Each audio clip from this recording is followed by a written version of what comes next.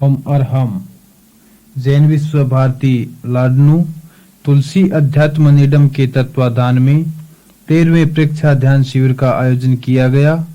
स्थान प्रज्ञा प्रदीप। प्रवचनकर्ता युवाचार्य श्री महाप्रज्ञ जी। विषय सापेक्ष का मूल्यांकन। दिनांक 21 फरवरी 1980।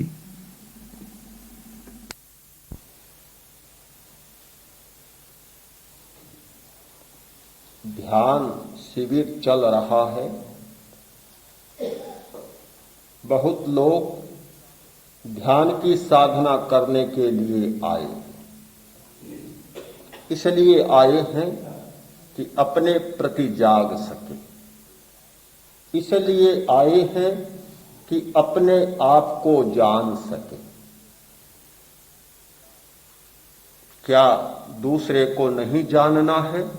दूसरे के प्रति नहीं जागना है? जरूर जागना है। दूसरे के प्रति भी जागना है और दूसरे को भी जानना है, किंतु कुछ उल्टा उल्टा सा चल रहा है। मनुष्य दूसरे के प्रति बहुत जागता है और दूसरे को बहुत जानता है। दूसरे के प्रति इतना जागने लगा, दूसरे को इतना जानने लगा कि उसमें अपने आप को भूल ही गया।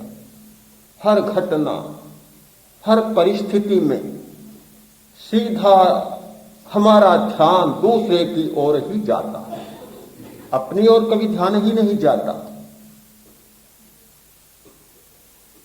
इस एकांगी दृष्टिकोण को बदलने के लिए, इस निरपेक्ष चिंतन को बदलने के लिए ध्यान को मैं बहुत मूल्य देता हूं। ध्यान करने वाला व्यक्ति अपने प्रति बहुत जागने लग जाएगा। अपने प्रति बहुत जागना खतरनाक नहीं है, दूसरे के प्रति बहुत जागना बड़ा खतरनाक काम है। अपने आप को जानना कोई खतरा नहीं है। अपने आप को जानने वाले लोगों ने आज तक दुनिया में कोई खतरा पैदा नहीं किया, किंतु दूसरों को जानने वालों ने सारे खतरे पैदा किए हैं। दुनिया में जितने बड़े खतरे हैं उन लोगों ने पैदा किए हैं जिन्होंने केवल दूसरों को ही जाना। शस्त्रों का निर्माण क्यों हुआ? दूसरों को जानने के कारण हुआ। यही रहा कि कोई आ जाएगा, मार डालेगा, पीटेगा, लूट लेगा, चुरा लेगा, शस्त्र बनाओ, सुरक्षा होगी। जब जब हम दूसरों के प्रति ज्यादा ध्यान देते हैं, तब तब जाने अनजाने खतरे मंडराने लग जाते हैं। मनुष्य का स्वभाव ही ऐसा बन गया कि वह स्वयं का मूल्य नहीं जानता, पर का मूल्य ज्यादा जानता है। स्वयं का मूल्य नहीं जानता, परिस्थिति का मूल्य ज्यादा जानता है। हमारे पास एक ऐसा अमोघ शस्त्र है अपनी सारी दुर्बलताओं को छिपाने के लिए, अपनी सारी कमजोरियों पर पर्दा डालने के लिए। परिस्थिति बहुत बड़ा शस्त्र है हमारे हाथ में। अणुबम भी इतना बड़ा अस्त्र नहीं है जितना अस्त्र है परिस्थिति। अणुबम बनाने वालों से भी पूछा जाए, इतना घातक अस्त्र क्यों बनाया, इतना संहारक अस्त्र क्यों बनाया? उत्तर मिलेगा, परिस्थिति ने बाध्य कर दिया, नहीं तो क्यों बनाते। अणु की सारी शक्ति रचनात्मक कामों में लगाते, किंतु परिस्थिति ने बाध्य कर दिया। विवश होकर हमें अणुबम बनाना पड़ा। इतना बड़ा बहाना शायद दुनिया में दूसरा कोई नहीं है। हम परिस्थितिवादी बन जाएं, परिस्थिति का मूल्यांकन करें, परिस्थिति को ही सारा मूल्य दें। यह तो ऐसी बात हुई कि हमने सारा मूल्य छिलके को दे दिया। छिलका ही हमारे लिए सब कुछ हो गया। परिस्थिति का मूल्य नहीं है, यह कोई भी अनेकांत की दृष्टि से सोचने वाला व्यक्ति नहीं कह सकता। परिस्थिति का भी मूल्य है, किंतु छिलके का जितना मूल्य है उतना परिस्थिति का मूल्य है। कोई भी समझदार आदमी केले के छिलके को, कोरे छिलके को नहीं खाता, सार को खाता है, गूदे को साथ में खाता है। अधिकांश लोग तो केवल सार को ही खाते हैं, छिलके को डाल देते हैं। कुछ लोग जो प्राकृतिक चिकित्सा में विश्वास करते हैं, छिलके सहित भी केला खाने लग जाते हैं। केले को छिलके सहित खाने वाले थोड़े लोग मिलेंगे, केवल केले को खाने वाले अधिकांश लोग मिलेंगे, किंतु केवल छिलके को खाने वाले तो शायद नहीं मिलेंगे, मिलेंगे तो बहुत इने गिने लोग ही मिलेंगे। क्या परिस्थिति को सब कुछ मानकर और उसकी ओट में अपने आप को छिपा देने वाला आदमी कोरा छिलका नहीं खा रहा है? परिस्थिति को इतना अतिरिक्त मूल्य दे रहा है कि उसका इतना मूल्य है नहीं। हर परिस्थिति मनुष्य को तभी प्रभावित करती है जब स्वयं में प्रभावित होने वाले बीज विद्यमान होते हैं। गाली दी, क्रोध आया, परिस्थिति बनी, क्रोध आ गया। अस्वीकार नहीं करेंगे हम कि गाली ने क्रोध को उभारा, स्वीकार करेंगे, किंतु गाली ने क्रोध को तब उभारा जबकि क्रोध के बीज विद्यमान थे। क्रोध के बीज समाप्त हो चुके, 1000 गालियां दे, क्रोध आएगा ही नहीं। बड़ी मुसीबत होती है कभी कभी क्रोध लाने के लिए, बड़ी कठिनाई होती है। महाराष्ट्र के संत एकनाथ के बारे में कहा जाता है कि गोदावरी में स्नान कर आ रहे थे, ऊपर बैठे एक मन चले आदमी के मन में न जाने क्या आया, सोचा कि संत को गुस्से में लाऊं, ऊपर से थूक दिया। थूक सिर पर गिरा, लौट गए, फिर गए गोदावरी में स्नान किया। दूसरी बार आए, जैसे ही घर के नीचे आए फिर थूक दिया। उसे तो मजा लेना था कि गुस्सा कैसे लाया जाता है, देखो कि गुस्सा कैसे आता है। थूक दिया, चुपचाप चले गए गोदावरी में, स्नान कर फिर आए। वे स्नान कर आते हैं और वह फिर थूकता चला जाता है। 21 बार उसने ऐसा किया, पर बेचारा निराश रहा, गुस्सा नहीं आया। आखिर थक गया, नीचे उतरा, पैरों में गिर पड़ा, बोला मैंने बड़ा अपराध किया। उसने कहा, संत ने कहा तूने क्या अपराध किया? तू मेरा बड़ा पुण्य भागी बना है, आज बड़ा सहयोगी बना है। मां गोदावरी के तट पर एक बार जाता हूं और उस पुण्य सलीला में एक बार स्नान करता हूं। आज तूने 21 बार मौका दिया, कितना बड़ा सहयोगी है तू मेरा। गुस्सा आया ही नहीं। क्या परिस्थिति नहीं थी विकट? परिस्थिति थी क्रोध आने की, और क्रोध आने की नहीं, इतना जबरदस्त क्रोध आने की कि शायद लड़ाई से ही काम न चले, मारने की नौबत भी आ जाए। किंतु फिर भी क्रोध नहीं आया। क्यों नहीं आया? परिस्थिति तो थी, किंतु परिस्थिति जिसको उत्तेजित कर सके वह बीज जल चुका था। जब आदमी दूसरे को देखता है तो केवल परिस्थिति को देखता है, उस बीज को नहीं देखता कि जिसे परिस्थिति प्रभावित करती है। ध्यान करने वाला व्यक्ति, अनेकांत की दृष्टि को जानने वाला व्यक्ति परिस्थिति को मूल्य देगा 25% और 75% मूल्य देगा उस बीज को, जो बीज परिस्थिति के कारण अंकुरित होता है, पुष्पित होता है, पल्लवित होता है, फलता है और फूलता है। जिस व्यक्ति ने ध्यान का अभ्यास नहीं किया, जिस व्यक्ति ने अध्यात्म के मर्म को नहीं जाना, जिस व्यक्ति ने अध्यात्म से जागृत होने वाली, पैदा होने वाली अनेकांत की दृष्टि का मर्म नहीं जाना, वह अपनी हर दुर्बलता को परिस्थिति के सिर पर लाद कर छुट्टी पा लेता है और ऐसा अनुभव करता है कि मैं तो बिल्कुल निर्दोष हूं, मेरा तो कोई दोष है नहीं, दोष सारा परिस्थिति का या पर या परिस्थिति। बस छुट्टी पाने का इससे सीधा दुनिया में कोई रास्ता नहीं है। मुझे लगता है कि हर व्यक्ति इस सीमा में छुट्टी पा रहा है। अनेकांत की व्याख्या करने वाले आचार्यों ने भी शायद कुछ ऐसे ही समस्या हमारे सामने पैदा कर दी। अस्तित्व और नास्तित्व। अस्तित्व का आधार अपना, तत्व का अपना द्रव्य क्षेत्र और काल भाव। अस्तित्व द्रव्य की दृष्टि से अस्तित्व, अपने द्रव्य की दृष्टि से, अपने क्षेत्र की दृष्टि से अस्तित्व, अपने काल की दृष्टि से अस्तित्व और अपने भाव की दृष्टि से अस्तित्व, अपनी सत्ता। और नास्तित्व पर द्रव्य की अपेक्षा नास्तित्व। मुझे लगता है अध्यात्म की दृष्टि यहां कुछ गौण हो। हम क्यों जाएं दूसरे के प्रति? दूसरे के प्रति हर स्थान पर जाने की कोई जरूरत नहीं होती।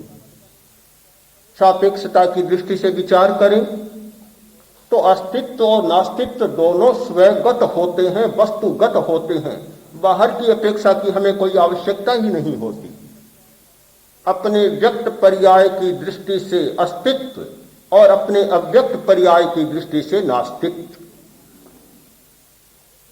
अपने प्रगत पर्याय की दृष्टि से अस्तित्व और अपने संभाव्य पर्यायों की दृष्टि से नास्तित्व।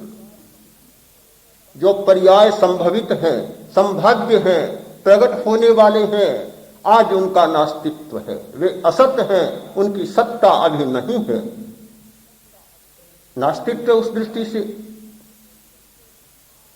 नेपोलियन कहा करते थे कि मेरे शब्दकोश में असंभव शब्द नहीं। बड़ी अहंकारपूर्ण बात लगती है कि असंभव शब्द नहीं है। कोई व्यक्ति कैसे कह सकता है कि मेरे शब्दकोश में असंभव शब्द नहीं है? यदि आप इसे अहंकार माने तो बहुत बड़ा अहंकार, और यदि तत्व दृष्टि माने तो बहुत बड़ी तत्व दृष्टि। हर व्यक्ति कह सकता है कि कोई असंभव बात नहीं है। जिसने अनेकांत के रहस्य को समझा है वह किसी बात को असंभव मानकर नहीं चलता। बहुत सारे लोग सोचते हैं कि मन की चंचलता को मिटाना असंभव है। बिल्कुल असंभव नहीं है। जिस व्यक्ति ने ध्यान का अभ्यास किया, मन समाप्त हो जाता है, चित्त की चंचलता समाप्त हो जाती है। पारे की चंचलता को जानते हैं लोग, किंतु असंभव नहीं है पारे को पकड़ना। जिन लोगों ने उपाय को जाना है, पारे की गोली बांध लेते हैं और पारा हाथ में आ जाता है, पकड़ में आ जाता है। चलनी में पानी नहीं ठहरता। प्रसिद्ध बात है कि चलनी में डालो पानी, पानी नीचे चला जाएगा। बिल्कुल एकांत बात नहीं है। चलनी में भी पानी ठहर सकता है। चलनी में पानी डालो, तरल पानी है तो नीचे चला जाएगा, छनकर चलनी खाली हो जाएगी। बर्फ डाल दो, ठहर जाएगी। बर्फ और क्या है? पानी ही तो है। हम एक दृष्टि से किसी बात को जहां भी पकड़ लेते हैं हमारी कठिनाई हो जाती है। चलने में पानी नहीं भी ठहरता और चलने में पानी ठहर भी सकता है। अवस्था का परिवर्तन चाहिए। सारी असंभव बातें संभव बन जाती हैं। स्याद्वाद ने एक इतना विराट दृष्टिकोण प्रस्तुत किया कि जिसके आधार पर ज्ञान, विज्ञान, व्यक्तित्व की अनंत संभावनाएं हमारे सामने बिल्कुल साफ साफ नाचती हैं। किसी भी बात को अस्वीकार न करें, इतने नए नए आविष्कार होते हैं। अनेकांतवादी व्यक्ति को कोई आश्चर्य नहीं होना चाहिए। कोई आश्चर्य नहीं हो सकता।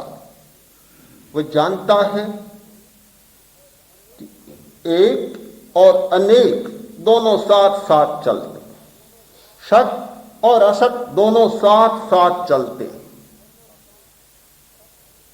कभी सत और कभी असत। एक पर्याय आज सत्ता में है और दूसरी पर्याय असत्ता में। कल हो सकता है असत्ता का पर्याय सत्ता में आ जाए और जो सत्ता में है वह असत्ता में चला जाए। जैसे व्यवहार के क्षेत्र में होता है, एक दल सत्ता में आता है, दूसरा असत्ता में चला जाता है, और कभी असत्ता वाला सत्ता में आ जाता है और सत्ता वाला असत्ता में चला जाता है। तात्विक जगत में भी ठीक यही प्रक्रिया बराबर चलती है। किसने संभावना की थी कि एक वनस्पति का जीव मोक्ष में चला जाएगा, मुक्त हो जाएगा, अविकसित और अव्यक्त चेतना वाला जीव केवली बन जाएगा? कोई संभावना नहीं थी। अगर हम एक संभावना को, वर्तमान को, पर्याय को ही मानकर चलें, व्यक्त पर्याय को मानकर चलें, तो कभी यह संभव नहीं बन सकता। किंतु स्वगत अस्तित्व और नास्तित्व है। कैवल्य का स्वगत अस्तित्व भी है और स्वगत नास्तित्व भी है। शक्ति का स्वगत अस्तित्व भी है और स्वगत नास्तित्व भी है। आनंद का स्वगत अस्तित्व भी है और स्वगत नास्तित्व भी है। इन दोनों स्थितियों का सापेक्ष मूल्यांकन करें, हमारे सामने कोई कठिनाई नहीं होती।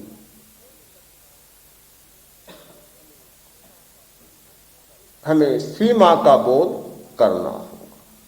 सीमा का बोध जरूर करें, बहुत आवश्यक है। सीमा को समझना, सीमा का बोध करना।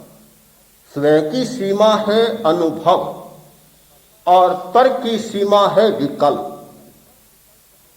मनुष्य जब तक विकल्प में जीता है वह पर में जीता है, व्यवहार में जीता है। जब अनुभव में आता है, अनुभव की चेतना जागती है, तो स्वयं की सीमा में आ जाता है।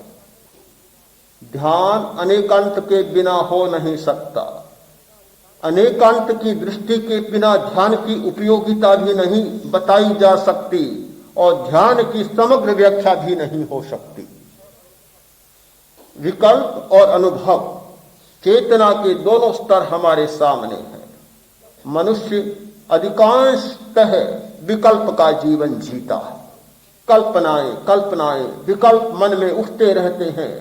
एक विकल्प शांत होता है, दूसरा विकल्प जाग जाता है, दूसरा विकल्प शांत होता है, तीसरा विकल्प जाग जाता है। हमारी जीवन की सारी यात्रा इस विकल्प की गाड़ी पर बैठे बैठे चलती है। हमें निर्विकल्प का कोई अभ्यास नहीं, अनुभव का कोई अभ्यास नहीं। अनुभव को हम नहीं जानते। अनुभव उस चेतना का नाम है जहां विकल्प सारे शांत हो जाते हैं।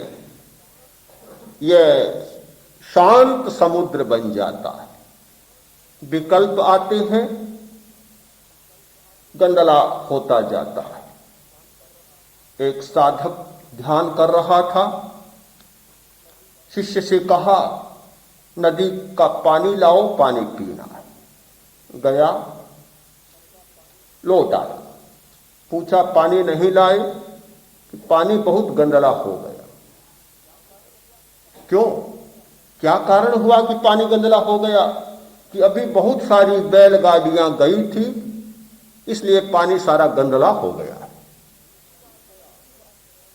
दूसरी बार गया तो ही पानी गंदला, तीसरी बार गया तो भी पानी गंदला मिला।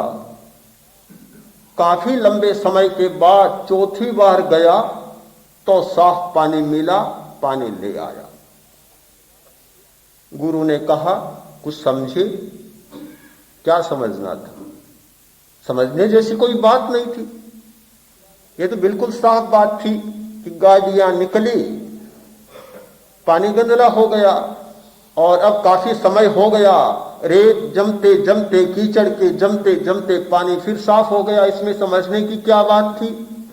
गुरु ने कहा नहीं समझे तुम, और क्या समझना था?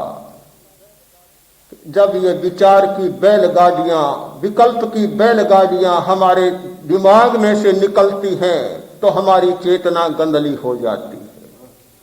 और जब ये विचार और विकल्प की बैलगाड़ियां चली जाती है और काफी समय होता है, तब कहीं जाकर और हमारा चित्त, हमारी चेतना स्वच्छ होती है। वह स्वच्छता ही हमारा अनुभव है, वह हमारी अनुभव की चेतना है। जब विकल्प और विचार शांत होते हैं तब अनुभव की चेतना जागती है। जिस व्यक्ति ने ध्यान का अभ्यास नहीं किया, जिस व्यक्ति ने विचार और विकल्प को शांत करने की प्रक्रिया नहीं जानी, उसका पानी कभी स्वच्छ नहीं होता, साफ और निर्मल नहीं होता। ये बैलगाड़ियां तो बेचारी कुछ आती हैं और चली जाती हैं। कितनी बैलगाड़ियां हैं सारी दुनिया में, कितनी बैलगाड़ियां, किंतु एक आदमी के दिमाग में एक दिन में जितनी बैलगाड़ियां निकलती हैं उतनी सारी दुनिया में भी बैलगाड़ियां नहीं। फिर कैसे ये स्वच्छ हो चित्त, कैसे निर्मल पानी मिले? कोई उपाय ही नहीं है, कोई कारण ही नहीं लगता कि निर्मल पानी मिल सके। यह तभी संभव हो सकता है जब इन बैलगाड़ियों को आने से रोक सके, और तभी रोका जा सकता है जब ध्यान की चेतना में थोड़े उतरे, ध्यान की गहराई में थोड़े जाए, तभी यह संभव हो सकता है। असंभव नहीं है। मैं फिर दोहराना चाहता हूं कि अनेकांत की दुनिया में कुछ भी असंभव नहीं है, सब संभव है। बच्चों के लिए संभव है, युवकों के लिए संभव है और बूढ़ों के लिए संभव है। कभी कभी मैं सोचता हूं, इतनी बूढ़ी बहनें, अनपढ़ बहनें ध्यान शिविर में आई हैं, ये क्या समझेंगी, क्या करेंगी? किंतु जब जब मैं ऐसा सोचता हूं तो मुझे लगता है कि यह विचार भी भटकाने वाला है। परिणाम देखता हूं तो अनपढ़ और बूढ़ी बहनें इतना अच्छा पकड़ती है कि शायद जवान भी नहीं पकड़ पाते, पढ़े लिखे लोग भी नहीं पकड़ पाते। मुझे बड़ा आश्चर्य होता है कि ध्यान का मार्ग, अनुभव का मार्ग, यह पुस्तकीय ज्ञान का मार्ग नहीं है। ध्यान का मार्ग यह जवानी या बूढ़ापे के साथ जुड़ा हुआ मार्ग नहीं है। यह बिल्कुल अंतर का मार्ग है, अंतर जगत के मूल्यांकन का मार्ग है। जिस व्यक्ति ने अंतर जगत का मूल्य आंक लिया वह इस रास्ते में आगे बढ़ जाएगा। जिसने अंतर जगत का मूल्यांकन नहीं किया, केवल परिस्थिति का मूल्यांकन किया, वह इस मार्ग में आगे नहीं बढ़ सकता।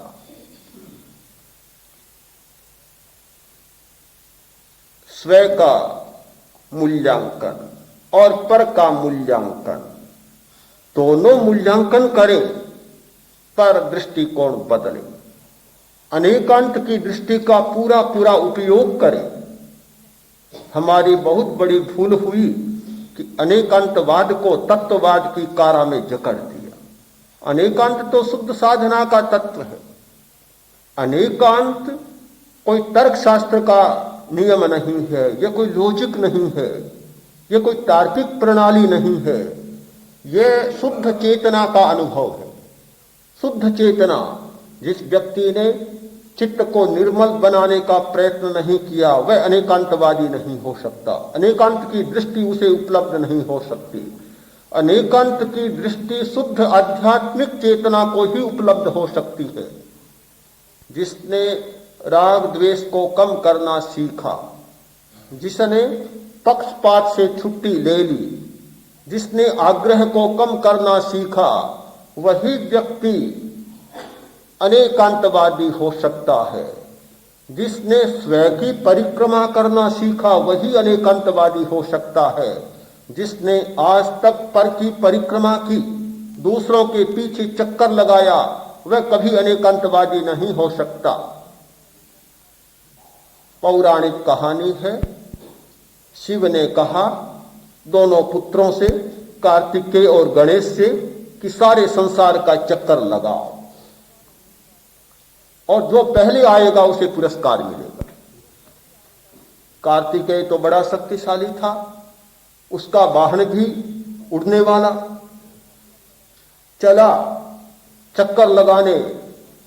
गणेश ने सोचा ऐसे ही भारी भरकम हूं और वाहन है चूहा, कहां तक पहुंच पाऊंगा, मैं तो हार गया। पुरस्कार तो कार्तिकेय को मिलना है, मुझे तो कोई मिलने की संभावना ही नहीं है। असंभव मान लिया। किंतु कोई भी आदमी जब परिस्थिति आती है तो केवल परिस्थिति पर नहीं अटकता, संभावना को खोजना शुरू कर देता है। अनेकांत तो जाने अनजाने हमारे जीवन के व्यवहार में चलता है। उसने संभावना पर खोज शुरू की, सोचा कोई उपाय हो सकता है, ऐसे हाथ पर हाथ रखकर बैठो तो काम चलेगा नहीं, हारा हुआ हूं, पर क्या कोई विजय की संभावना भी हो सकती है। थोड़ा ध्यान दिया, गहरे में उतरा और एक बात सूझ पड़ी, संभाव्य हो गया, संभव लग गया। तत्काल उठा और शिव जी बैठे थे, 3 परिक्रमा कर दी। शिव के बाहर आकर बैठ गया। कार्तिकेय तो देर से पहुंचा, उसका भरोसा तो उस पक्षी पर, अपने वाहन पर था। बाद से पहुंचा, आया और पूछा भी, बोलो क्या बात है, कौन पहले आया। गणेश ने कहा मैं पहले आया। कार्तिकेय बोला गया ही नहीं, पहले क्या आया, गया ही नहीं, यही बैठा है तो पहले क्या आया, कहां आया, गया ही नहीं, मैं सारे संसार की परिक्रमा कर आया। उसने कहा कैसे कहते हो तुम कि गया ही नहीं, यह सारा संसार किसमें समाया हुआ है, शिव में सारा संसार समाया हुआ है। संसार शिव से अलग नहीं है, जो शिव है वह संसार है, जो संसार है वह शिव है। मैंने तुमसे कितने ही पहले शिव की 3 परिक्रमा कर ली, मैंने पहले परिक्रमा किए, तुम बाद में पहुंचे हो। महादेव ने निर्णय दिया कि गणेश जीता और तुम हार गए, पुरस्कार गणेश को मिलेगा। यह तो पहले ही परिक्रमा कर चुका। जो व्यक्ति स्वयं की परिक्रमा करता है वह सदा जीत जाता है। जो स्वयं की परिक्रमा नहीं करता और दूसरों पर भरोसा करता है वह सदा हारा हुआ होता है। आकांक्षा व्यक्ति को चलाती है। आकांक्षा का पार कौन पा सकता है? स्वयं की परिक्रमा करने वाला। पदार्थ की परिक्रमा करने वाले किसी भी व्यक्ति ने आज तक आकांक्षा का पार नहीं पाया। हमारी जितनी वासनाएं, हमारी जितनी वृत्तियां, हमारी जितनी चाहें, हमारी जितनी आवेग और आवेश जनित भावनाएं कभी पूरी नहीं हो सकी। आज तक का इतिहास बताता है कि दुनिया में कोई भी व्यक्ति अपनी भावनाओं को, कामनाओं को पूरा नहीं कर सका। मरते समय यही कहना पड़ता कि मन की बात मन में रह गई। रावण ने यही कहा, सिकंदर ने यही कहा, विश्व विजेता नेपोलियन ने यही कहा, हर व्यक्ति ने यही कहा कि चाह अधूरी रही, पूरी नहीं हुई। यदि किसी ने कहा कि चाह पूरी हो गई तो उस व्यक्ति ने कहा जिसने अपनी परिक्रमा कर ली। अपनी परिक्रमा करने वाले किसी भी व्यक्ति ने नहीं कहा कि मेरी मन की बात मन में रह गई या चाह मेरी अधूरी रह गई। उनकी चाह पूरी हो जाती है जो अपनी परिक्रमा करते हैं। उन लोगों की चाहें सब कुछ पदार्थ पा लेने पर भी कभी पूरी नहीं होती जो दूसरों की परिक्रमा करते हैं या पदार्थ की परिक्रमा करते हैं। हमारी विवेक की चेतना जागे और हम इस सापेक्ष मूल्य को समझें। सापेक्ष मूल्य को, पदार्थ का मूल्य नहीं है ऐसा मैं नहीं मानता, पर का मूल्य नहीं है ऐसा भी नहीं कहना चाहता, परिस्थिति का मूल्य नहीं है ऐसा भी कहने के लिए कोई कारण मेरे सामने नहीं।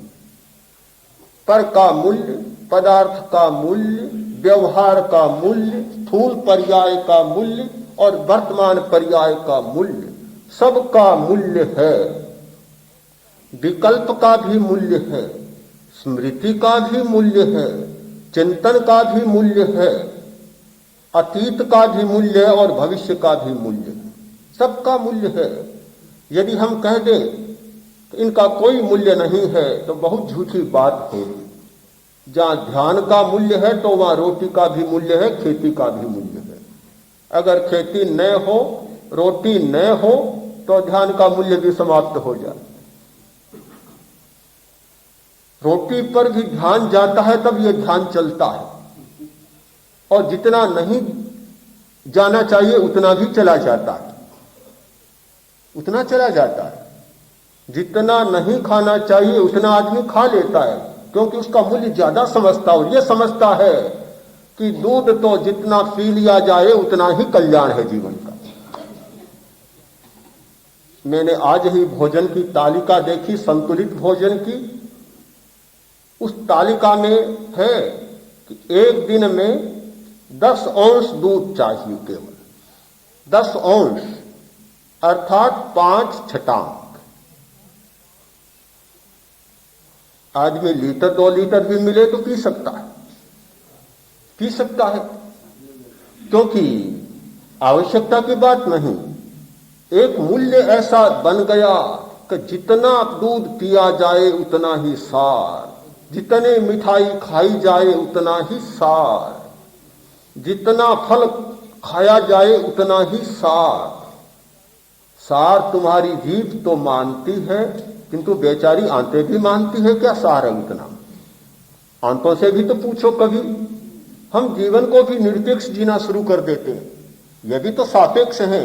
जीभ और आंत दोनों की सापेक्षता है, जीभ और काम ग्रंथि दोनों की सापेक्षता है। हम उनसे भी पूछें, उनका भी परामर्श तो लें, कभी तुम्हारी क्या मनसा है, तुम कितना चाहती हो।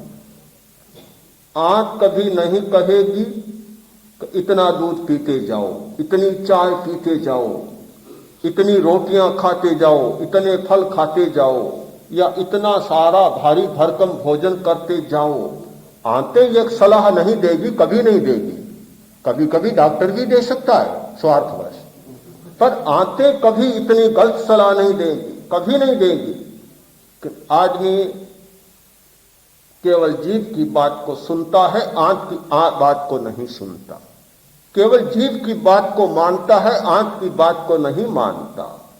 कोरे थोड़े स्वाद तंतुओं की बात को मानता है, किंतु शक्ति देने वाली आंत की बात को नहीं मानता। क्योंकि हमारा सारा जीवन ही निरपेक्ष बन गया। हम एक बात को लेकर चलते हैं, दूसरी बात को छोड़ देते हैं। मुझे लगता है कि पर के प्रति अधिक ध्यान होने के कारण मनुष्य में आग्रह पनपता है, आग्रह का विकास होता है, और सत्य मिलता है अनाग्रह के द्वारा। सत्य का आधार है अनाग्रह और असत्य का आधार है आग्रह। आग्रह पनपता है पर सापेक्ष, दूसरे के प्रति अतिरिक्त दृष्टि या अतिरिक्त मूल्य देने की दृष्टि हो जाने के कारण बहुत बड़ा आग्रह पनप जाता है। हम नहीं बच पाते आग्रह से। देखता हूं सांप्रदायिक आग्रह, पारिवारिक आग्रह, जातीय आग्रह, राष्ट्रीय आग्रह, ये सारे आग्रह दूसरे के प्रति ध्यान देने के कारण होता है। एक राष्ट्र अंधाधुंध अस्त्रों का निर्माण किए जा रहा है। पूछो भाई इतने अस्त्र क्यों बना रहे हो?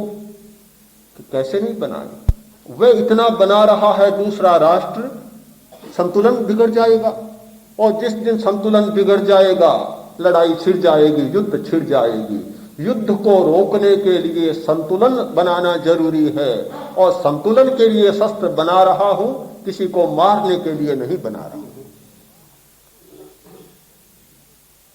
हमेशा दूसरे के आधार पर यह सोचा जाता है, सामने वाला क्या कर रहा है, इस आधार पर निर्णय लिया जाता है। पारिवारिक स्थिति में भी देखता हूं, आग्रह, और आग्रह दूसरे की गलती देखने का, दूसरे पर दोषारोपण करने का। चूरनी साहित्य में एक कथा आती है, अहीर अपनी पत्नी के साथ बैलगाड़ी में सामान भरकर और नगर में गया माल को बेचने के लिए। बाजार में पहुंचे, गाड़ी को थाम दिया, घी का बर्तन उठाया। अहीर ने उठाया और पत्नी के हाथों में दिया। मिट्टी का बर्तन हाथ से गिर गया और टूट गया। बर्तन टूटा, घी रेत में चला गया, खराब हो गया। अहीर बोला, कितनी मूर्ख हो, ध्यान नहीं देती, सारा घी निकम्मा चला गया। वह बोली, मैं क्या करूं, मेरे हाथों में बर्तन थमाया नहीं, तो पहले ही तुमने छोड़ दिया, गलती तुम्हारी और मेरे सिर पर आरोप। वह बोला, गलती तुम्हारी और उल्टा मुझे ही दोष देती हो, चोर, कोतवाल को दंडित करना चाहता है। वह पत्नी को दोषी मानता है और पत्नी पति को दोषी मानती है। लड़ाई शुरू हो गई। जब दूसरे को दोषी माना जाए तो लड़ाई को कभी रोका नहीं जा सकता। लड़ाई का सिलसिला इतना चला, सारी बातें भूल गए। दूध की हंडिया पड़ी थी, दही की हंडी पड़ी थी, चुपके से कुत्ते आए, दूध भी पी गए, दही को भी चाट गए। कुछ फल फूल लाए थे, लोगों ने सोचा लड़ने में मशगूल है, इनको तो पता ही नहीं है क्या हो रहा है। जैसे ही आते गए बच्चे और चुपके से फल उठाकर सारी गाड़ी को भी खाली कर दिया। सब काम तमाम हो गया, घी भी बर्बाद गया, दूध भी निकम्मा गया, दही भी चला गया, फल भी चले गए, गाड़ी खाली हो गई। बस वे लड़ाई से भर गए, सारी गाड़ी खाली हो गई। बहुत बड़ी एक घटना है कि जब जब आदमी अपने आप को नहीं देखकर दूसरे पर दोषारोपण करता है, आग्रह और पकड़ होती है, बात बढ़ती जाती है और संघर्ष की स्फुलिंग, संघर्ष की चिंगारियां उछलती जाती है। कभी लड़ाई को नहीं रोका जा सकता। ठीक दूसरी घटना इस संदर्भ में सुने। एक अहीर पति पत्नी, वे भी अपने पूरे सामान के साथ बाजार में पहुंचे। घी का बर्तन उठाया, पत्नी को सौंपा, गिर गया, फूट गया।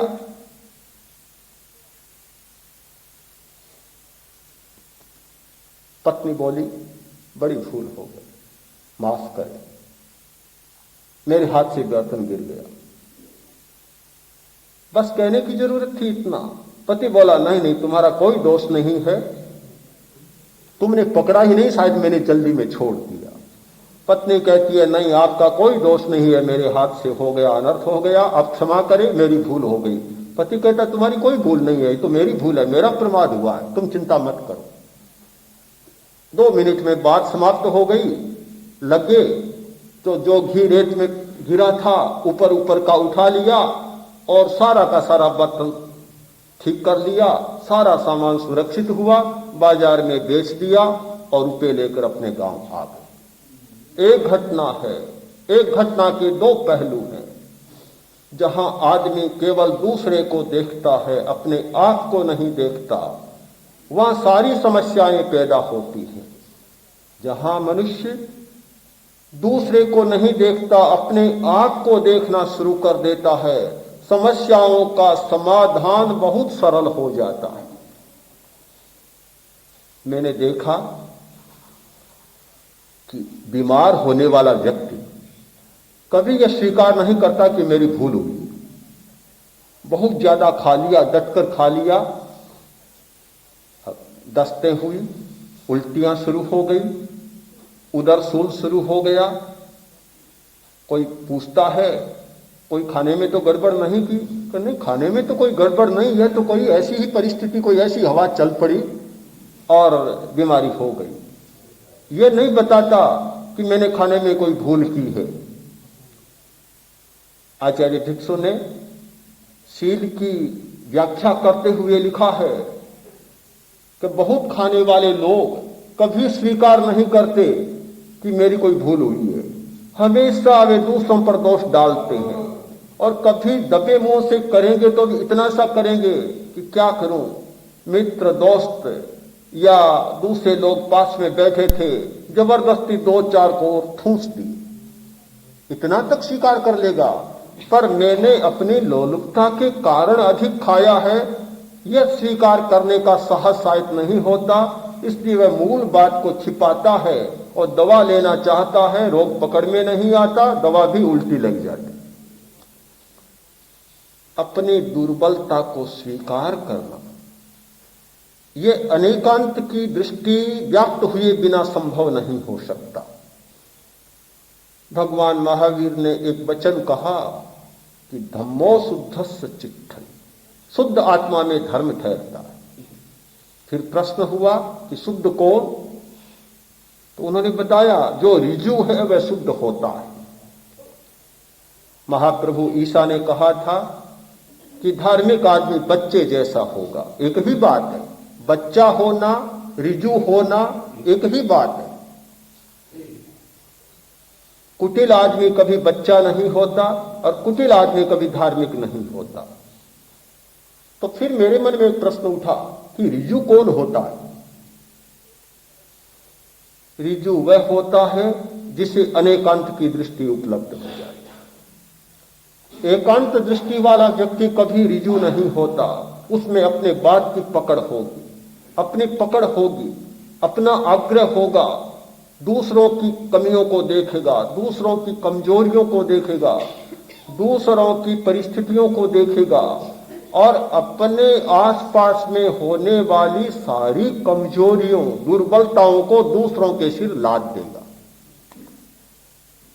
वह आदमी कुटिल होता है और वह वही होता है जिसमें अनेकांत की दृष्टि नहीं होती। हम ऋजु बने, अनेकांत की दृष्टि को स्वीकार करें, सापेक्ष मूल्य स्वीकार करें, न भाग्य को अधिक मूल्य दें, न काल को अधिक मूल्य दें और न पराक्रम को अधिक मूल्य दें। जिसका जितना मूल्य उसको उतना मूल्य दें। न केवल ध्यान को भी अतिरिक्त मूल्य दें, केवल ध्यान को भी मूल्य न दें, ध्यान की सामग्री को भी तो मूल्य देना है। यदि ध्यान की सामग्री नहीं है तो ध्यान को मूल्य देने से भी क्या होगा? उपवास करना नहीं सीखा, आहार संयम करना नहीं सीखा, शरीर का संयम करना नहीं सीखा, कायोत्सर्ग या और आसन नहीं सीखे, इंद्रिय संयम नहीं सीखा, प्रायश्चित्त के द्वारा चित्त को निर्मल करना नहीं सीखा, अतीत में पड़ी मानसिक ग्रंथियों को खोलना नहीं सीखा, विनम्रता नहीं आई, उद्दंडता बढ़ती चली गई, समर्पण का भाव नहीं आया, सहयोग का भाव नहीं आया, स्वाध्याय के प्रति अभिप्सा नहीं जागी,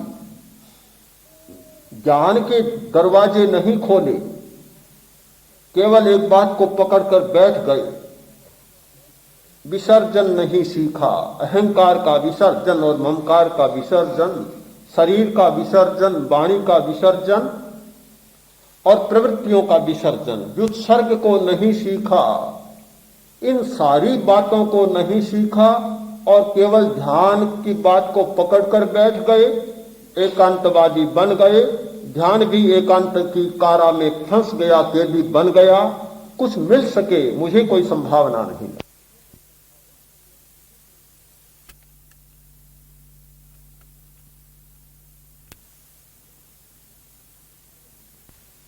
ध्यान की दृष्टि भी अनेकांत की दृष्टि होनी चाहिए। अनेकांत के बिना ध्यान को भी नहीं पकड़ा जा सकता। लगता नहीं कि ऐसा संभव हो जाए। ध्यान की चर्चा अनेकांत के बिना नहीं हो सकती और अनेकांत की चर्चा ध्यान के बिना नहीं हो सकती। दोनों में तादात्म्य है। भगवान महावीर ने जो अनेकांत का दर्शन दिया, पढ़कर नहीं दिया, पढ़कर नहीं दिया, तर्क शास्त्र का मंथन करके नहीं दिया। पढ़े कहां थे? आपको पता है कि महावीर तो बहुत कम पढ़े थे। नहीं पढ़े थे, सिर्फ एक दिन पढ़े थे, एक ही दिन। विद्यालय में एक दिन भी गए और गुरु ने कह दिया पढ़ने की जरूरत नहीं, चले जाओ। पढ़ने की जरूरत उस व्यक्ति को नहीं होती कि जो पढ़ना नहीं जानता। महावीर पढ़ना जानते ही नहीं थे, उनको पता ही नहीं था कैसे पढ़ा जाए। छोड़ दिया गया, घर आ गए, बिल्कुल पढ़े नहीं थे। लोग बहुत बार कहते हैं आचार्य भिक्षु पढ़े लिखे नहीं थे, फिर भी इतनी बात कैसे बतलाई। यह भी हमारी अनेकांत को भूलने वाली बात है। अगर अनेकांत हमारी स्मृति में रहे तो यह प्रश्न नहीं खड़ा हो सकता, नहीं हो सकता। अनुभव का विकास होता है, उस व्यक्ति को पढ़ने की जरूरत नहीं होती।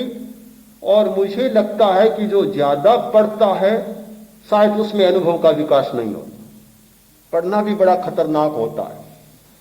कई लोग आते हैं मेरे पास और कहते हैं कि एक दिन में 100 पृष्ठ पढ़ लिए, 200 पृष्ठ पढ़ लिए। मैं तो दंग रह जाता हूं। मैंने तो अपने जीवन में भी याद नहीं कि कभी 2-4 पृष्ठ से भी ज्यादा पढ़े हो। अपवाद की बात छोड़ देता हूं मुश्किल से, पर कभी 1-2 पृष्ठ से ज्यादा पढ़ना भी इतना भारी होता है कि पढ़ ही नहीं पाता। तब मुझे आश्चर्य होता है ये कितने समर्थ लोग हैं जो दिन में 100-200 पृष्ठ पढ़ जाते हैं। बड़े आदमी हैं। मेरे जैसा छोटा आदमी तो इतना कभी नहीं पढ़ सकता, कभी संभव नहीं है। मुझे फिर लगता है अनुभव जैसे जैसे बढ़ता है, अनुभव की चेतना जैसे जैसे जागती है, पढ़ने की बात वैसे वैसे गौण होती चली जाती है। और जब अनुभव की चेतना सोती है, जैसे जैसे सोती है, वैसे वैसे आदमी ज्यादा पढ़ता चला जाता है। दुनिया के जितने महान पुरुष हुए हैं वे सबसे कम पढ़े लिखे लोग हुए, सबसे कम पढ़े लिखे लोग हुए। उनको पढ़ने का या तो मौका नहीं मिला और या निकाल दिया गया। एडिसन आज की दुनिया का, आज की वैज्ञानिक दुनिया का महान वैज्ञानिक माना जाता है और इस अर्थ में माना जाता है कि उस एक व्यक्ति ने विज्ञान के जगत में जितनी खोजें की, जितना अनुदान दिया, शायद दूसरों का नहीं है। पढ़ रहा था स्कूल में, अध्यापक ने पत्र लिखा और कहा तुम्हारे माता पिता को दे देना। बच्चा ले गया, माता पिता ने पत्र पढ़ा तो अध्यापक ने लिखा था कि तुम्हारा बच्चा इतना मंद बुद्धि है कि पढ़ने के योग्य नहीं है, इसलिए इसे स्कूल से हटा लिया जाए। आखिर हटा लेना पड़ा, घर बुला लेना पड़ा, अध्यापक ने अयोग्य करार दे दिया, फिर क्या किया जाए? घर पर बैठ गया। वही एडिसन जिसको अध्यापक ने अयोग्य घोषित कर दिया, स्कूल से निष्कासित कर दिया, दुनिया का महान वैज्ञानिक बना। ये सारी स्थिति है स्वयं की सीमा की। हम स्वयं की सीमा पर अधिक ध्यान दें, स्वयं की सीमा को समझें कि जैसे जैसे व्यक्ति स्वयं की गहराई में जाता है, अनुभव की चेतना जागने लगती है, और जब अनुभव की चेतना जागती है, एक अलौकिक प्रकाश फूटता है, एक ऐसा स्रोत फूटता है जिसमें से सत्य की रश्मियां, हजारों हजारों रश्मियां आलोक भर देती हैं और सारा अंधकार समाप्त हो जाता है। केवल पुस्तक पर भरोसा करने वाला, केवल दूसरों पर भरोसा करने वाला, पर की सीमा को समझने वाला, स्वयं की सीमा को न जानने वाला व्यक्ति पढ़ता ही चला जाता है, जीवन भर पढ़ता ही चला जाता है, पर अपना अंधकार तो कभी नहीं मिटता, कभी नहीं समाप्त होता। अपनी समस्याएं कभी समाप्त नहीं होती, अपनी उलझने कभी समाप्त नहीं होती। बड़ा आश्चर्य होता है ऐसे व्यक्तियों की बात जब सुनता हूं। एक बड़ा साहित्यकार जब कहता है, मैं अपने साहित्य के द्वारा सारे संसार को तृप्ति देता हूं, सुख देता हूं, किंतु मैं स्वयं दुखी बना हूं। मैं दूसरों का मनोरंजन करता हूं, किंतु स्वयं दुखी बना हुआ हूं। एक अभिनय करने वाला, नाटक करने वाला हजारों हजारों मनुष्यों का मनोरंजन करता है, किंतु भीतर में अपने परिवार की, अपनी व्यक्तिगत समस्याओं की चिंगारियों से झुलसता भी जाता है। साथ साथ में एक और हंसता भी है तो दूसरी आंख से साथ साथ रोता भी चला जाता है। यह स्थिति तब बनती है जब हम सापेक्ष मूल्यांकन नहीं करते। मैं नहीं कहता आप व्यवहार को त्याग दें, परिवार को त्याग दें, स्थूल पर्याय को छोड़ दें, या स्थूल पर्याय के आधार पर कोई निर्णय न लें, व्यक्त पर्याय के आधार पर कोई निर्णय न लें। यह कहना शायद कठिन है, कहा भी कैसे जा सकता है, किंतु यह कहना बहुत न्याय संगत होगा, बहुत कल्याणकारी होगा कि व्यवहार के साथ साथ निश्चय की मर्यादा को भी जानकर चले, व्यवहार के साथ साथ वस्तु सत्य को भी अस्वीकार न करें, दोनों के संबंध को मानकर चलें, छिलका और गूदा दोनों को संयुक्त रखकर चलें।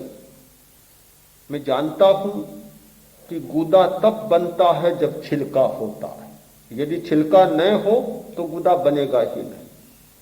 कभी ऐसा फल मैंने नहीं देखा कि जिसका छिलका न हो और रस पड़ा हो या गूदा बना हो। आपने देखा हो तो आप जान सकते हैं, बहुत घूमने वाले लोग हैं, हमने तो कभी नहीं देखा। केले का भी छिलका है, संतरे का भी छिलका है, मौसमी का भी छिलका है, अंगूर के भी छिलका है। जो कोई भी फल देखा तो उसका छिलका देखा है, कोरा गूदा नहीं देखा। सोचता हूं आपने भी शायद नहीं देखा। तो छिलके को हम कैसे अस्वीकार कर देंगे, व्यवहार को हम कैसे अस्वीकार कर देंगे, स्थूल पर्याय को या वर्तमान के पर्याय को हम कैसे अस्वीकार कर देंगे? नहीं कर सकते। बहुत आवश्यक होता है, तब तक आवश्यक होता है जब तक कि संतरे का रस आपके मुंह में न चला जाए, तब तक छिलका रखना पड़ता है। छिलका उतार कर रख दें 2 दिन, फिर खाएंगे नहीं, आप नहीं खाएंगे फिर। तब तक जरूरी होता है केले पर छिलका, जब तक कि केला खाने न लगे। उतार कर रख दिया, घंटा 2 घंटा में तो जो सफेद केला है वह भी काला हो जाएगा। पर आदमी सोचेगा कि ताजा फल नहीं है, न खाया जाए तो अच्छा है। यह निश्चय और व्यवहार की सापेक्षता, स्वयं और पर की सापेक्षता, स्वयं के मूल्यांकन और पर के मूल्यांकन की सापेक्षता, इन दोनों के साथ साथ हम चलें, हमारे सारा जीवन दर्शन, हमारी जीवन की यात्रा, हमारी जीवन की सारी प्रणालियां ये उभयात्मक पद्धति के आधार पर चले तो बहुत आसान हो जाता है समस्याओं का समाधान। और दोनों में से एक और अधिक झुक जाते हैं, यानी जिसका जितना मूल्य है उससे अधिक मूल्य किसी भी पक्ष को दे देते हैं, तो हमारी जीवन की समस्याएं इतनी जटिल बन जाती हैं, उन जटिल समस्याओं को फिर कंघियों के द्वारा कभी नहीं सुलझाया जा सकता। पूज्यपाद का श्लोक है कि जो व्यवहार में सोता है वह अध्यात्म में जागता है, और जो अध्यात्म में सोता है वह व्यवहार में जागता है। तो यही प्रश्न है, तो यही तो अनेकांत दृष्टि का प्रश्न है, अनेकांत की बात है कि व्यवहार में सोने वाला अध्यात्म में जागता, अर्थात व्यवहार को अतिरिक्त मूल्य देने वाला अध्यात्म में कभी नहीं जाग सकता। और जो अध्यात्म में जागता है, अध्यात्म में जागना शुरू कर देता है, उसका व्यवहार भी सो जाता है, कम हो जाता है, कम होता है। व्यवहार ज्यादा केवल व्यवहार क्यों चलता है कि हम अध्यात्म के प्रति नहीं जागते। जितना व्यवहार चल रहा है अध्यात्म में जागे कि व्यवहार सोना शुरू हो जाएगा, फिर उतना ही बचेगा जितना की जरूरी है। सापेक्ष दृष्टि है, उतना बचेगा। आदमी खाता चला जाता है, जब स्वास्थ्य के प्रति जाग जाता है संतुलित भोजन हो जाएगा। बोलता ही चला जाता है, दिन भर बकवास करता है, किंतु जब अपने प्रति जाग जाएगा बोलना कम हो जाएगा। आदमी सोचता रहता है, इतना सोचता है कि दिन रात मतलब बिना मतलब सोचता ही जाता है, किंतु जब मानसिक बीमारी के प्रति जाग जाता है, मानसिक स्वास्थ्य के प्रति जाग जाता है, तो लगता है कि बहुत खतरनाक सौदा है, विश्राम दिया जाए मस्तिष्क को। तो जब तक हमारी अध्यात्म की चेतना नहीं जागती तब तक कोरा व्यवहार दुनिया में चलता है, और जब अध्यात्म की चेतना जागती है तो व्यवहार सो जाता है, फिर सिर्फ आवश्यकता भर बचता है और ज्यादा नहीं बचता। प्रश्न है कि ध्यान हमारी आत्म जागृति का साधन है, तब स्वाध्याय का क्या मतलब है। स्वाध्याय न करने वाले व्यक्ति ने शायद नहीं जाना हो कि आत्म जागृति क्या है, ध्यान क्या है।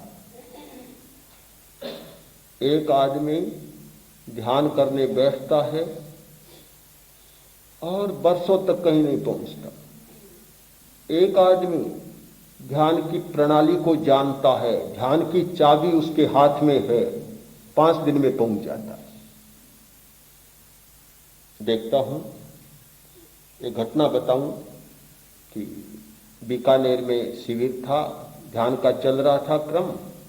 बैंकों के कुछ मैनेजर आए ध्यान की जिज्ञासा को लेकर, तो मैंने पूछा कभी ध्यान करते हैं। एक मैनेजर ने कहा 10 वर्ष से कर रहा हूं, पर मन वैसे ही भटक रहा है। और दूसरी ओर कि एक व्यक्ति ने 10 दिन का अभ्यास किया, ठीक जान लिया, रहस्य को जान लिया, 10 दिन में मन स्थिर हो गया। दोनों स्थितियां मेरे सामने हैं। अभी लुधियाना में शिविर था, एक महिला, क्षत्रिय परिवार की महिला जो हमारे बिल्कुल पड़ोस में थी, बड़ा चित्त अशांत था, बोली ध्यान में तो आऊं पर मन शांत होगा कि नहीं, पहले मुझे बता दे। मैंने कहा पहले क्या बता दूं, करके प्रयोग करके देखे, विधि को जान ले फिर कहना। व्यासपीठ को मानने वाली, उधर पंजाब में बहुत चलता है, शिविर में आई और 10 दिन के बाद आई, बोली मैं तो निहाल हो गई, मेरी मन की अशांति, सारी समस्याएं सुलझ गई। तो 10 दिन में तो समस्या सुलझ जाती है, 10 वर्ष ध्यान करने पर मन वैसे ही भटकता है। ये क्यों? इसका कारण है कि पद्धति हाथ में आ जाए, चाबी हाथ में आ जाए, हम जान लें। जब तक प्राण के प्रवाह को हम नहीं जानते, जब तक प्राण संस्थान को, नाड़ी संस्थान को नहीं जानते, जब तक ग्रंथि संस्थान को नहीं जानते और किस ग्रंथि पर कैसे ध्यान करना चाहिए नहीं जानते, तब तक ध्यान कोरा कहने से कैसे होगा। तो ध्यान के विकास के लिए भी स्वाध्याय बहुत जरूरी है। ये ठीक है, यह मैं नहीं कहता कि ध्यान का विकास करना है और जासूसी उपन्यास पढ़ो, ये नहीं। पर स्वाध्याय का मतलब यही नहीं होता कि जासूसी उपन्यास ही पढ़ना है। ध्यान के लिए भी तो ध्यान की विधियों को, पद्धतियों को, मार्गों को जानना है।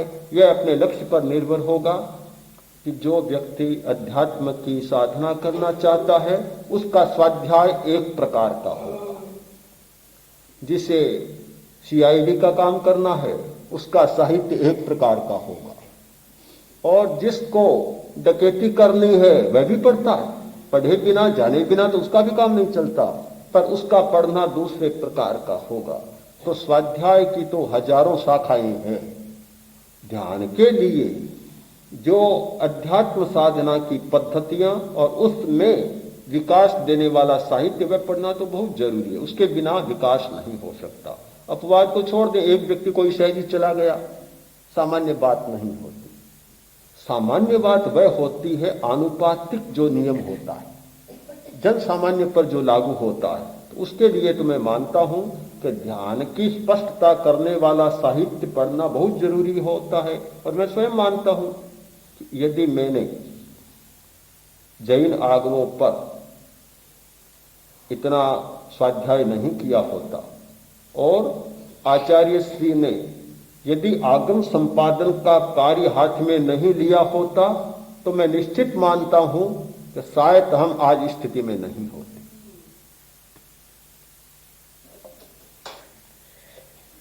मैंने कहा, पहले ही कहा कि अपवाद में कुछ व्यक्ति जो पहले कर चुके होते हैं, अपवाद भी वही होते हैं जो पहले बहुत कर चुके हैं, उन व्यक्तियों को पढ़ने की, बहुत जानने की भी जरूरत नहीं होती। चाबियां पहले से लेकर ही आए जन्मे हैं, फिर भी समय तो लगता ही है। 10 वर्ष का, 12 वर्ष का समय तो बहुत थोड़ा है। साधना के जीवन में तो समय लग जाता है कई जन्मों का, करते करते। इतना विपाक बचा था, कर लिया और बात पूरी हो गई। महावीर ने गौशालक को बचाया। इस घटना पर हम सापेक्ष दृष्टि से विचार करें तो भी यही उतरता है कि विधि का प्रयोग करना साधक के लिए बाधा होता है। चाहे महावीर हो, चाहे बुद्ध हो, उन्होंने स्वयं इसको बाधा माना कि ऐसा करना नहीं चाहिए। परिस्थिति बस कर देते हैं, होता है, यह भी हो जाता है। कभी कभी परिस्थिति बस किसी को भी करना पड़ता है। ऐसी स्थिति सामने आती है और देखते हैं कि इसके बिना तो और बात उल्टी हो रही है, तो प्रयोग भी कर देना होता है। मंत्र जानने वाला भी सामान्यतः प्रयोग करना नहीं चाहता, चाहे बिच्छू का मंत्र हो, चाहे सांप का मंत्र हो, सामान्यतः करना नहीं चाहता, किंतु देखता है कि भी ऐसी परिस्थिति है तो कर देता है, बचना चाहता है, बहुत बार बचना चाहता है। तो रिद्धि का प्रयोग, लब्धियों का प्रयोग करना नहीं चाहिए।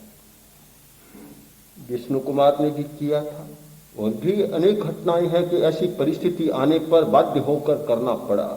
तो वह महावीर की बाध्यता या कोई न कोई एक भावनात्मक संबंध की बात मानता हूं। जहां साधना का प्रश्न है वहां साधक को ऐसा करना नहीं है, इस दृष्टि से आचार्य भिक्षु ने कहा, और वह बात उस संदर्भ में संगत भी लगती है। तो कानों से किया ही जाता है, सारे शरीर से संभावना है। क्या था? हाँ हाँ, कान में क्यों, आज हर कहीं डॉक्टर की इच्छा हुई ग्लूकोज चढ़ाना है, कहीं भी चढ़ा दिया, कहीं भी कर दिया।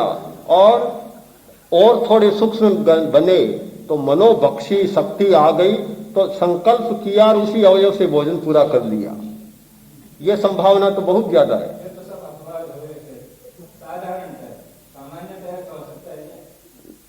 संभावना है, वहां अपवाद ही मान लीजिए, भले संभावना है, आप विकास करें तो आप कर सकते, कोई भी कर सकता है, विकास करने की बात है। अगर हम जैसे मानते हैं एक आदमी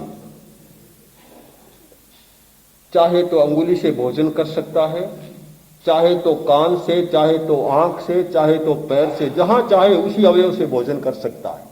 उसी को कहते हैं मनोभक्षी आहार। जहां से परमाणु लिए और जिस अवयव से लिए, सबसे अच्छा भोजन करने का साधन है हमारा ये चोटी का भाग। यहां से जितना अच्छा भोजन कर सकते हैं मुंह से कर ही नहीं सकते। और इसीलिए आहार के बारे में भगवती सूत्र में एक चर्चा है, बहुत महत्वपूर्ण चर्चा इस संदर्भ में। समय नहीं रहा, नहीं तो लंबी करता, कि मनुष्य प्राणी 6 दिशाओं से आहार टालता है। 6 दिशाओं से, आगे से, पीछे से, दाएं बाएं, ऊंचे और नीचे, 6 दिशाओं से भोजन लेता है। एक दिशा से भोजन लेने वाला जी नहीं सकता। तो ये इसका विकास बहुत संभव है, कोई असंभव बात नहीं।